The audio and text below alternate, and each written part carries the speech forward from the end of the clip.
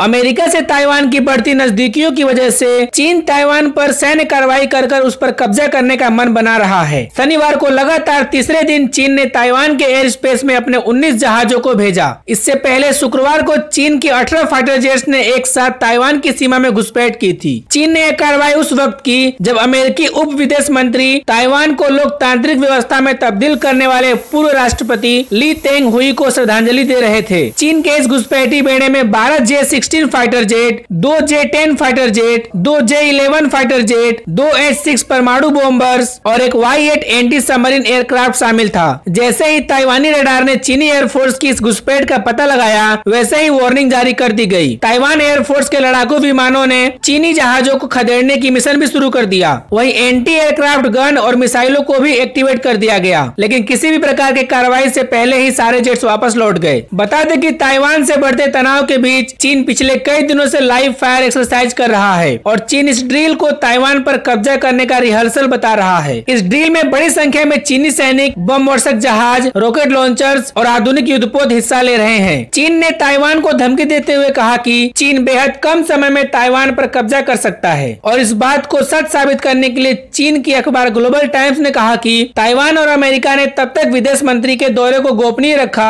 जब तक वे विमान में सवार नहीं हो गए। वो गुरुवार को ताइवान पहुंचे। PLA की ओर से एडवांस में सैन्य अभ्यास का ऐलान नहीं किया गया था। युद्ध अभ्यास का ऐलान आखिरी मिनटों में लिया गया। इससे बता दिया गया है कि चीन ताइवान पर कब्जा की बड़ी कार्रवाई को बेहद कम समय में अंजाम दे सकता है। बता दें कि चीन ताइवान को बिना किसी डर का धमकी दे रहा है। चीनी अखबार ग्लोबल टाइम्स ने कहा कि इस और पुराने युद्धाभ्यासों से PLA ने ताइवान पर हमला करने का अनुभव हासिल कर लिया है। यह ताइवान पर कब्जे को लेकर एक रिहर्सल था। केवल एक और राजनीतिक वजह मिल जाए जिसके बाद यह अभ्यास वास्तविक युद्ध में बदल जाएगा और हम ताइवान पर कब्जा कर लेंगे। और आगे कहा कि अमेरिका को ताइवान से दूर रखने के लिए सैन्य सहित और कोई भी कदम उठाया जा सकता है। बता दें कि चीन की इस कार्रवाई से अमेरिका और चीन आमने सामने आ सकते हैं, क्योंकि अमेरिका ताइवान की रक्षा करने का ऐलान दुनिया भर में कर चुका है और इसके लिए ताइवान को हर तरीके से चीन के सामने मजबूत करने में लगा हुआ है। फिर वो चाहे ताइवान को हथियार देना हो या फिर ताइवान में 2-2 अमेरिकी मंत्रियों का दौरा हो। और इसके बाद भी चीन ताइवान पर अगर कब्जा कर लेता है तो अमेरिका की दुनिया में साख चली जाएगी, क्योंकि अमेरिका एक सुपर पावर देश है। ऐसे में पूरे आसार है कि अमेरिका और चाइना आमने सामने आ सकते हैं। इससे जुड़ी जैसे ही कोई खबर आएगी मैं आपको वीडियो बनाकर बता दूंगा। तो दोस्तों, रोजाना फाइनेंस, फॉरेन पॉलिसी और डिफेंस से जुड़ी खबर देखने के लिए प्लीज हमारे चैनल को सब्सक्राइब करें। जय हिंद।